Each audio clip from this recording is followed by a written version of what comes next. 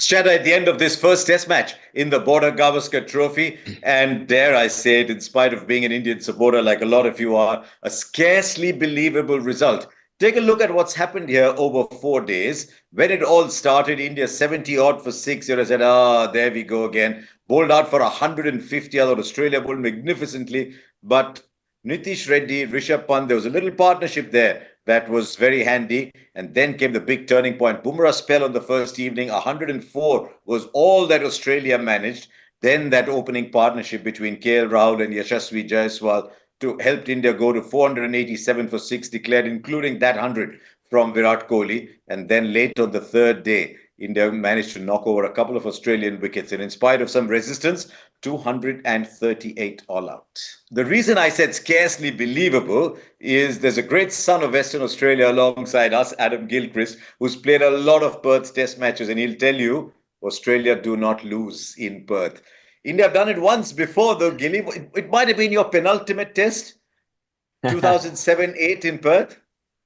It was indeed. Yeah. Hello to you, Harsha. It was. Yeah, I did play in a losing test match over at the Wacker, but I don't remember it being that loss or any of the other losses that India have inflicted on Australia on these shores being so convincing, so commanding, and such a dominating performance, as you said in the opening there, from the moment really that Jasprit Bumrah got ball in hand.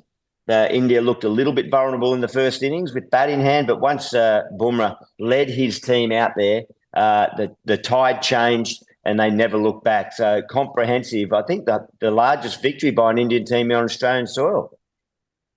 It is indeed. And some of you might be saying, if you looked at India's performance in Australia in recent times, say last 10 test matches, it is lost to 1-4. So what's the big deal about winning here in Perth? Well, it was a huge deal winning in Brisbane last time. But as I said, Australia's record at this Optus Stadium is played for 1-4. By the way, Australia's record in day-night games at the Adelaide Oval, where you're headed next, is played 7-1-7.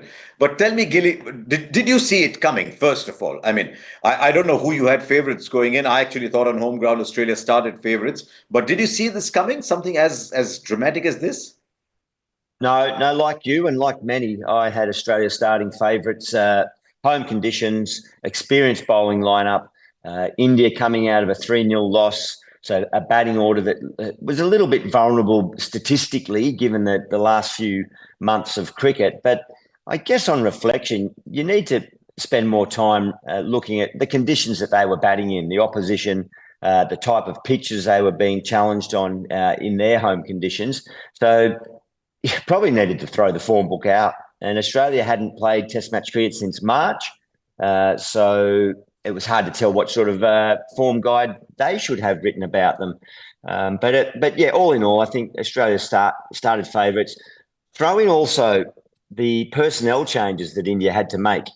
They had to rush in. Well, it wasn't rush in, but they drafted in from the India A tour, Padikal. They brought over KL Rahul, who wasn't in the original touring squad. They had to play 2 debutants, which was amazing to see 2 young players come out, and they themselves had big impact in this game. So I don't think you could have picked it from the beginning, but gee, it was convincing, and it was terrific to watch. It was a really entertaining performance. I had to pick one thing India did right, because India is one of the very few countries that seems to come to Australia and do well. I was looking at some of the records. I talked about the 2-4-2 record, 2-1, 2 loss, 4-1, 2 draws. You look at all the other countries, Australia have won 19, I think, and have just lost 1. And that was only recently to Shamar Joseph. I mean, to the West Indies, but really to Shamar Joseph. What do India do right that other teams don't do wrong, you think? Is the aura about Australia that earlier generations had, is that diminished a little bit? Is it fast bowlers coming through? Is it batters who seem to not mind playing in these conditions? Can you put a finger on it? Well, there's a lot to consider, really, because it's been different circumstances each time. Casting your mind back to the previous 2 tours, particularly going back to it wasn't as dramatic this Test match, but I go back to the Adelaide loss of 36 all out, whatever the case was. I can't. Yeah, that was the number, wasn't it? So the turnaround from there, that was extraordinary. That was gigantic in the way they strode forward out of the trenches and out of the depths of despair in that tour. So it wasn't as dramatic being bowled out for 150, but I did ask Jasprit Bumrah in the post-match presentation, what did he say to his team at that point? Because clearly that's a turning point in this match. If you go with the trend and you go with the tide, the way the tide was moving, Australia come out and they end up three for 180 overnight, and they dominate the Test match. He sounded like he delivered a really inspiring speech to his team. He spoke about playing with heart, about playing with belief, and going out there and just fighting, just continuing to trust your skills, but fight right through. And he went out there and led. So I've seen it from Ajinkya Rahane as captain when he took over after Virat went home that last tour. He just seemed to go out there and have that fighting spirit, stay in the contest. Yashasvi Jaiswal, a duck in the first innings, get out in the second innings and just find a way to survive. And that's what you have to do in foreign conditions. Get yourself into the contest. So that's probably, without really pinpointing any one individual other than like I did there, the captain's speech, I think that's what they did so well. They just fought to get into the contest. And then once they were in it, they found an Australian team that's probably lacking in a little bit of confidence, maybe even a little bit of self-belief after having such a strong period of success. There's a few little fractures there that who knows if they can be opened right up or if they close it quickly in the 9 or 10 days between here and Adelaide, Australia. But India not only got into the contest, they then controlled it. I mean, I've been coming to Australia now for far too long. I first came here in 91. India lost that series 4-0. Came in 99. India lost that series 3-0. Came in 2003. India finally won a test match in Adelaide. 2007, the series was lost. So for me to see an Indian team come to Australia and win a series is huge. I mean, I remember in Melbourne, I've said this before on this program, Gilly. I don't do this normally. I went up to Jasprit Bumrah and took a selfie at the MCG in 17, 18, in 2018. Since then, India won a few games, but to come here to the Optus Stadium, where India nobody has beaten Australia, is feeling. I mean, in spite of coming here for so many years, to come to Australia and see an Indian team win a Test match in Australia is still very special. That 2008 season, by the way, was the only tour that wasn't a happy tour because of all that had happened in Sydney just before. And I'll tell you what happened after that Test match. Both teams went to Adelaide. The day before the Adelaide Test match, I requested Gilly for an interview, and he was very kind. We did this interview on just walking across the Adelaide Oval, talking about his future, what he wanted to see from the game, and he talked about how there were goals he wanted to achieve, and he retired the next day. I remember that very well. You didn't drive me into retirement, Harsha. Don't worry about that. But hey, I want to flip that question around. You say, and rightly so, you've experienced more tours than any of the cricketers by coming out here and covering. What do you see in the change from those early days through to the 2000s and now into this lineup? But anything noticeable for you? In the 90s, Gilly, I think there was an acceptance that Australia is a difficult country to come and that you're likely to lose here. And when you come with that point of view, then suddenly losing is not such a scary thing, because at the back of your mind, you think you can lose. Two things changed that. I think two results changed that, Gilly. One was that Calcutta result in 2001, because that was when the winning streak was stopped. And I think the Adelaide Test match in 2003-04, where Rahul Dravid got the double 100 and India won that Test match, even though the series was drawn. And suddenly you thought, oh, hang on, we can actually do this. It was part of Steve Waugh's farewell series. If you remember that 2003-04. And yet after that, India lost 7-8, India lost 4-0 in 11-12. So it seemed like it was starting again. 2018, yes, India won, but there was still a feeling there. No Steve Smith, no David Warner. Australia still in pain over what had happened in South Africa. 21 was one of the great series of all time. But I think this generation, there's a little bit more self-belief. My worry for this series was, and I mean, it's still 1-0 in a 5-test series, that Australia might catch a couple of Indian players towards the tail end of their careers. But that hasn't happened. Kohli got got 100. But let's talk a little bit about this game in particular. Gilly, I thought the big turning point came late on the first day with that Bumrah spell. Now, you've seen so many cricketers over the years, great cricketers, whether they're Indian, whether they're overseas. You've played some of the great cricketers. What separates Bumrah from most of them? Is it just unusual action, or is there something else about him? Well, I think talking to the current players that are facing him, that is the first point that needs to be raised, and it's clear and obvious to the eye, that unique action. That said, he has been around a while. He's not new. I remember facing Lasith Malinga for the first time when he was new onto the scene. That's unique, it's different, and it takes some adjusting. But you play long enough, you'll come up against these type of bowlers more regularly, and you've got to find a way to become accustomed to that. So I just think his skill, his not only has such a powerful, a wonderful weaponry of skills, but then the strength of mind and the decision making of knowing when to execute the different, subtle changes to produce a ball that can go in and a ball that can go out. And looking at his numbers there, it was the turning point. The 5-wicket haul in the first innings, that was literally game changing. And then he comes out, late with the shadows in day 3, and his build up to Nathan McSweeney, take it away, 3 in a row, and then ever so subtle change, maybe if not any change, but the ability of mind to know when to strike with a different option, and he brings one back in and captures him in front. Same again to Labuschagne.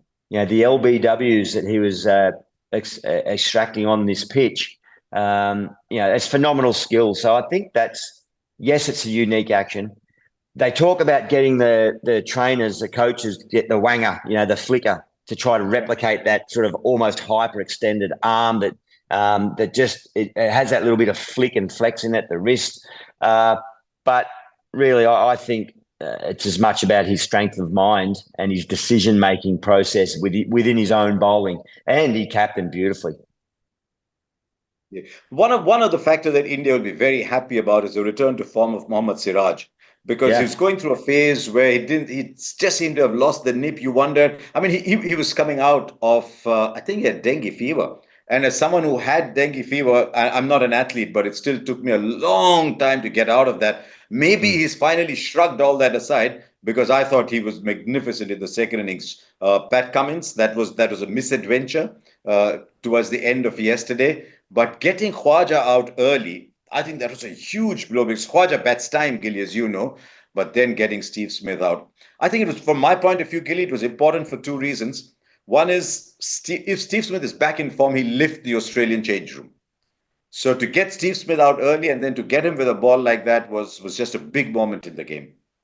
Yeah, it was a wonderful passage of play leading up to it. He just built up nicely to what ended up being the perfect delivery that caught the outside edge of Steve Smith's bat. Your point's a really valid one about Steve Smith. He made a major technical change from his first innings, which was only one ball, so it's a small sample size, but that one ball, he made that big, obvious adjustment, step across his stumps, and then was caught right in front by Bumrah.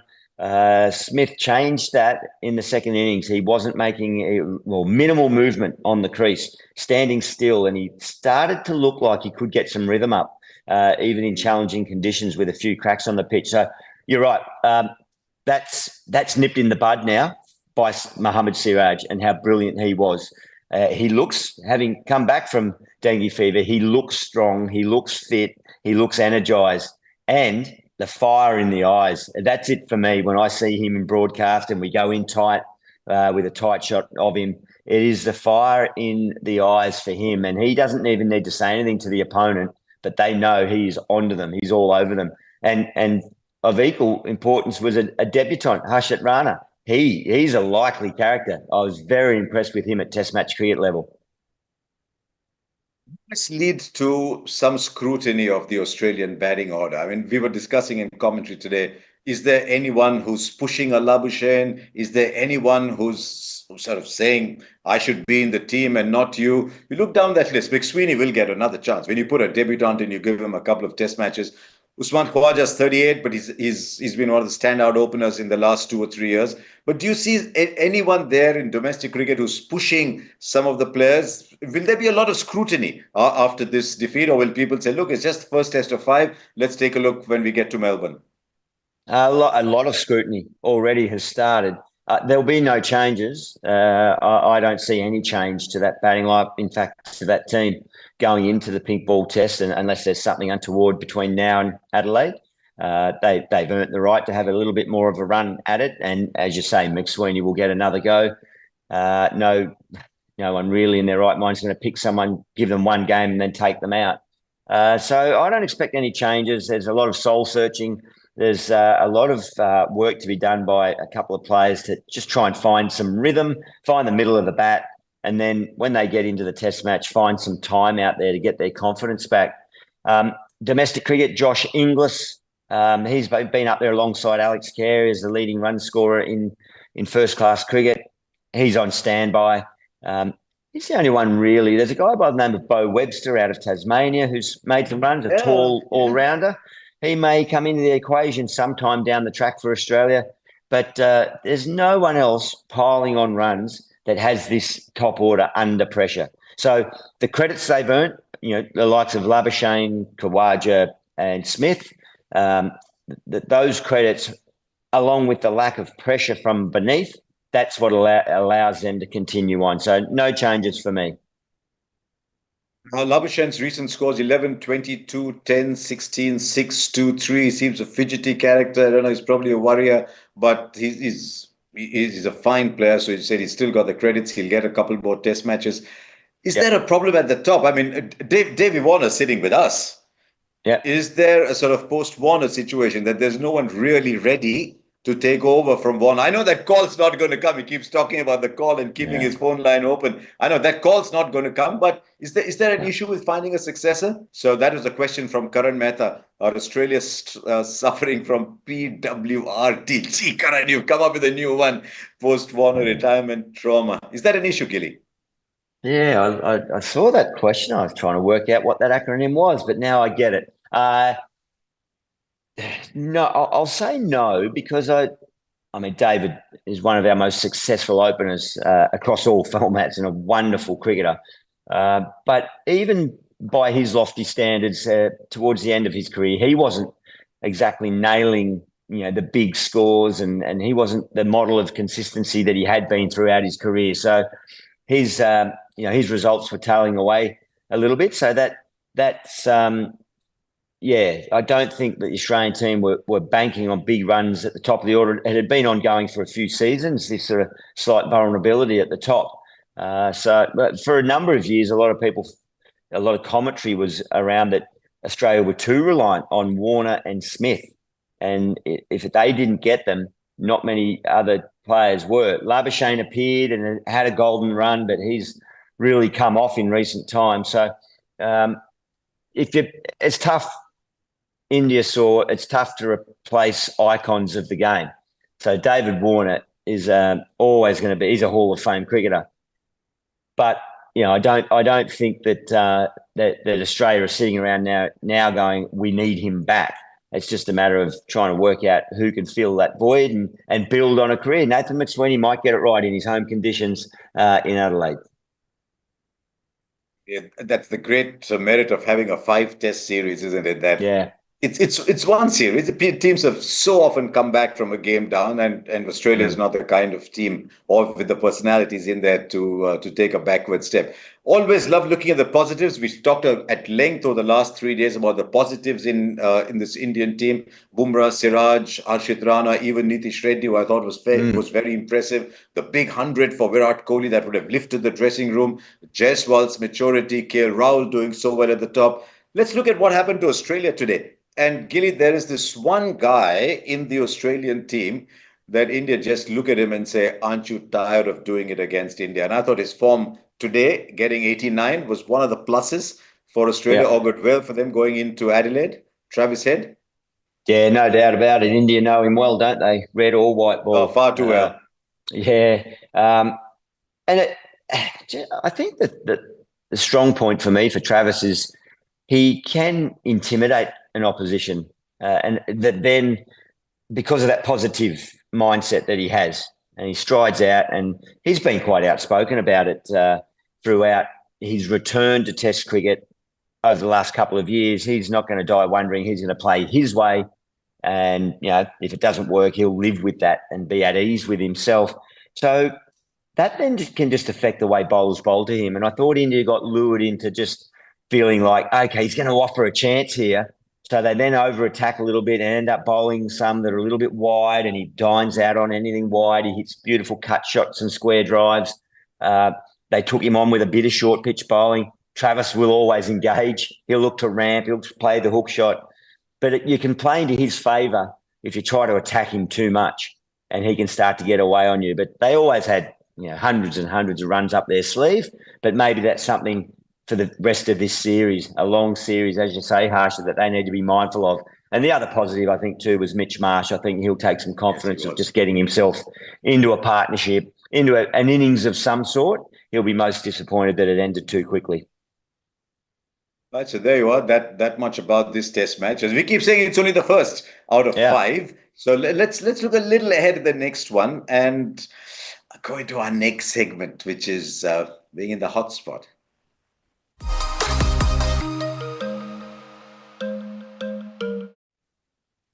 You referred to it briefly, Gilly, when you talked about the Border Gavaskar series in 2021, the 36 all-out. It was actually 36 for 9 because Mohammad Shami got hit on the hand and went away. India would have preferred it to be 36 all-out.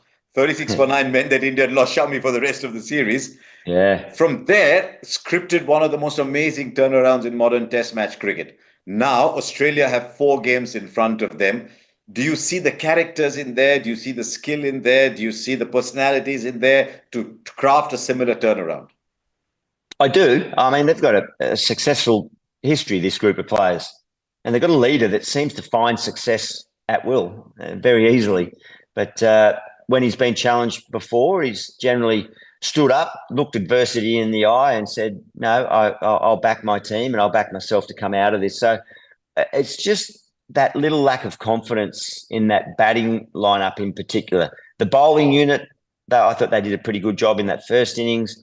They'll be better for the run of the second innings, albeit it was all in a losing cause. But this lack of cricket or lack of red ball cricket leading into the Test series, that they've got plenty of overs under their belt now, and they're experienced campaigners. It shouldn't take them long to be able to flick the switch and get back into the rhythm. So it's just that batting confidence or lack of that is the only issue. But they go to a venue that they do know well and play well, and the conditions of day-night Test cricket, pink ball Test cricket, they should feel that those creature comforts around them that should appease those issues and the worries, and they should be able to climb their way back into it. It doesn't guarantee success because India will go there. I love Jaiswal's comments. He was asking our broadcast, before coming to Australia, of all the Test match venues, was there one you were really keen to do well on?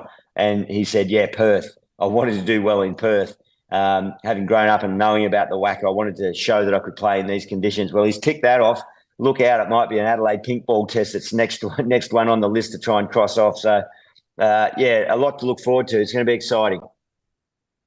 Yep. Perth was a fortress, played 4-1-4. Adelaide day-night played 7-1-7. But intriguingly, as we look ahead to the second one, even though India won this, there's likely to be more changes in the Indian team than in the Australian team. Rohit Sharma's here. He's already been having a net. And as you know, the more nets you have, the better you are. So Rohit Sharma comes back into the side. We don't yet know about whether Shubman Gill's injury will heal, but they believe it will. If it does, he comes back in as well. Sadly, that will mean that Padikkal and Jurel miss out. We don't yet know what the timeline on Mohammad Shami coming in is. But at least those two, and maybe they'll think about Washington Sundar, whether he did everything that was asked of him. I thought he batted all right, bowled okay in the second innings. But how important is that second test then? I mean, in a 5-test series, you got 2 down, you're in trouble. If Australia win 1-1, wow, it's set up for the next 3. Yeah, I mean, from a series point of view, that'd be brilliant. Shubman Gill walking across the outfield. I had a chat with him after the game when I was walking to my car. He was out doing some sprint work and a bit of exercises. Had a nice little chat with him, and he seemed quietly confident without confirming he'll be playing, but he's quietly confident he'll be available for selection. So that's nice. And we saw Rohit having a hit in the nets, having arrived yesterday. Yeah, I think those changes will probably take place of those two players, Jarrell and Padikal, that you said go out. Maybe Ashwin might come into contention. Yeah, I think his bowling might just have a little bit more of a threatening effect against the Australians, but who knows? We'll wait and see. Spoilt for choice, India, and on the other side, I don't think any changes to Australian team, which is ironic, isn't it? They were the ones that got beaten by 295 runs, and I think you can confidently say that 11 will play again. But whatever the case, yeah, it'd be good fun to watch. We'll wait and see. I'll just tell you one little thing before we go. Gilly keeps talking about, and I was there and I ran into Rohit, and I was there and I ran into somebody. No, that's not how it is. Adam Gilchrist is standing in Perth in the middle, and people come over to say hello to Adam Gilchrist. That's actually what happens. I don't have much to do anymore before the start of a game, so I sit there and I watch. And I see these things happening, and it's wonderful, Gilly. I'm not just talking of it's wonderful to have you on Cricbuzz to provide your wonderful insights as well. And I look forward to working with you again. Look forward to a fantastic series. Thanks for joining us. Pleasure, mate. See you later.